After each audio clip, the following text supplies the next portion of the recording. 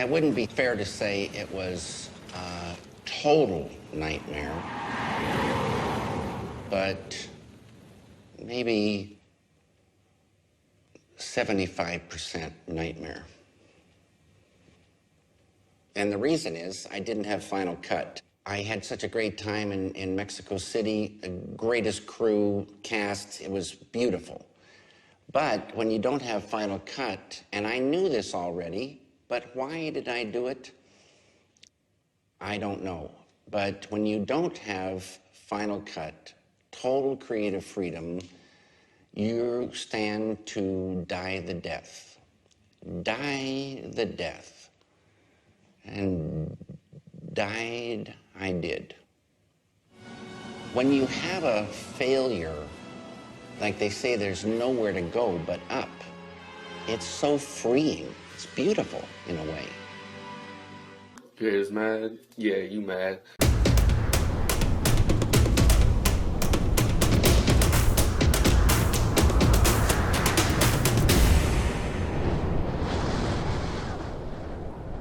What's up, everyone? It's Adam from raidersofthelostflicks.com. Remember, if it's a bad movie, we want to know about it. And it looks like we got some news from David Lynch. David Lynch is throwing on the salt extra thick here. This is coming from IndieWire. Zach Zarf. Lynch has been able to heal the wounds from his own Dune failure for 36 years and counting. A new interview with David Lynch is earning quite a bit of buzz for the director, saying he has, quote, zero interest in Denis Villeneuve's upcoming Dune. But anyone familiar with the Mulholland Drive and Twin Peaks filmmakers shouldn't be too surprised by that revelation. Lynch became the first director to bring Frank Herbert's legacy, 1965 science fiction novel to the big screen with his 1984 film adaptation. Alejandro Jodorowsky famously tried and failed to do so in the 1970s. That guy was very strange. If you've never seen Jodorowsky's Dune documentary, please track that down and watch it. I don't think that movie would have worked, but it would have been interesting. Let's just say that. He was really had some ideas for that. And it wasn't necessarily following the book at all. He just had some ideas. Lynch was coming off the critical and commercial success of The Elephant Man at the time, which earned the filmmaker his first Oscar nomination for Best Director. But Dune was such a disaster that it nearly ruined him. I will always say Dune is a huge, gigantic sadness in my life, Lynch said last summer. During the opening night of his art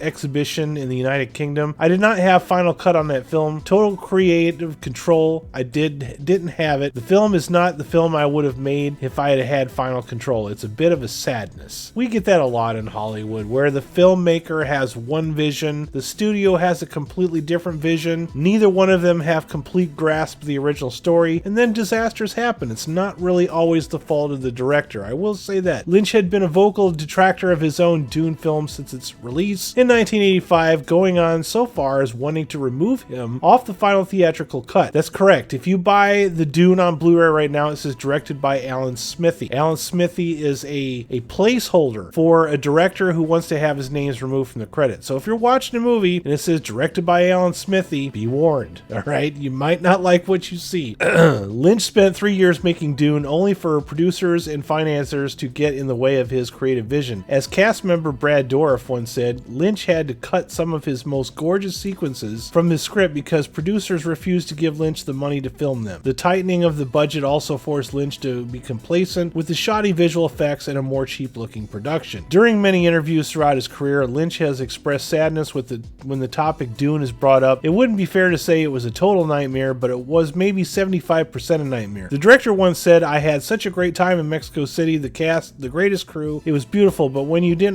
don't have final cut, why did I do it? I don't know. When you don't have final cut, total creative freedom, you stand to die the death. Die the death, and dying I did." Oof, harsh, man. Lynch's Dune was released by Universal Studios in December 1984 and was a notorious box office flop, grossing well under its production budget in North America. The box office numbers couldn't compare to the hurt Lynch felt over getting creative control stripped away from him. The director said in 2018 interview that he was no stranger to box office flops in his career, but he could make a peace with a film like Twin Peaks Fire Walk with Me not being commercially successful, because at least that was the movie he wanted to make. With Dune, I sold out on that early on because I didn't have final cut, and it was a commercial failure, so I died 2 times with that, Lynch said. With Dune, I sold out that early on because I didn't have final cut, and it was a commercial failure, so I died 2 times with that, Lynch said. With Fire Walk with Me, it didn't go over very well at the time, but I loved it, so I only died once for the commercial failure and the reviews and things. Considering Lynch has never been able to heal from the wounds he got from making Dune, it's no surprise no one to hear he has no interest in Villeneuve's upcoming 2-part Dune adaptation. For what it's worth, Villeneuve paid no attention to David Lynch's Dune while making his own movie, which stars Timothée Chalamet in the lead role. David Lynch did an adaptation in the 80s and has some strong qualities. I mean, David Lynch is one of the best filmmakers alive. I have massive respect for him, Villeneuve said in a 2017 interview. But when I saw his adaptation, I was impressed, but it was not what I had dreamed of. So I'm trying to make the adaptation of my dreams. It will not have any link with David Lynch's movie. I'm going back to the book, going to the images that came out when I read it. Villeneuve's Dune is set for release on December 18, 2020. I will say that David Lynch's Dune is visually stunning. It's really something worth looking at. There's a lot of scenes in that movie that I like the way they look. It's the storytelling that's a mess, and I don't think that was Villeneuve's choice. I think that's just what the studio came up with, because there's different edits of that movie. Like there's one on TV where there's like a narrator voiceover, which in my opinion just makes the story more confusing than it already is. You know, when you watch the Sci-Fi Channel miniseries, it's easy to understand what's going on because it's taking its time to tell the story. Dune's going to be told over 2 movies. I would prefer 3, but I'm happy with 2. And Denis Villeneuve doesn't really waste time when it comes to telling a story. I think he's really, really good at it. So I'm still excited about it. I'm sorry that the David Lynch is salty, but I get it. I do. I'm not going to dog on the guy. I just want to bring this to you. Any kind of Dune-related information that I can pass on to you is fun for me to talk about, because I am excited about this movie. There's a void where science fiction, fantasy, and good storytelling need to be filled. You know what I mean? There's a void that needs to be filled. Dune could be that thing. You know, I'm conditioning myself for disappointment, I admit, but I'm willing to take that chance. Make sure you check out Raiders Lost Flicks live this weekend. If Friday at 8:30 p.m. Well, check us out every weekend, but this weekend we're going to be